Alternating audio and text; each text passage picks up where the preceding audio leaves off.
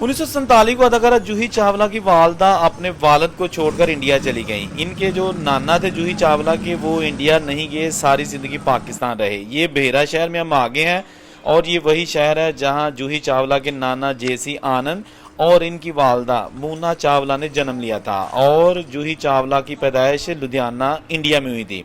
बेहरा शहर को छोड़कर इनके जो नाना वो कराची चले गए 1947 की पार्टीशन के बाद।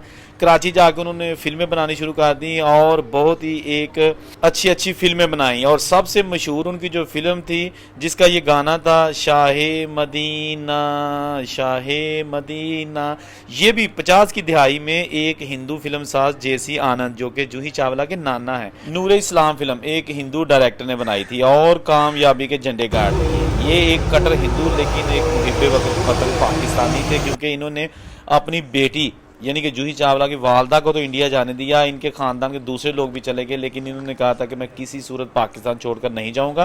पाकिस्तान में मैं जन्म लिया है और पाकिस्तान में ही नाम कमाऊंगा। और फिर जनाब ये बेहरा शहर में जो जन्म लेने वाले जेसी आनंद थे वो कराची में जो है ना इस दुनिया से चले गए। जूही चावला कई बार कराची आ चुकी हैं अपने जो नाना के बाकी जो जिंदा फैमिली है उनसे मिलने के लिए।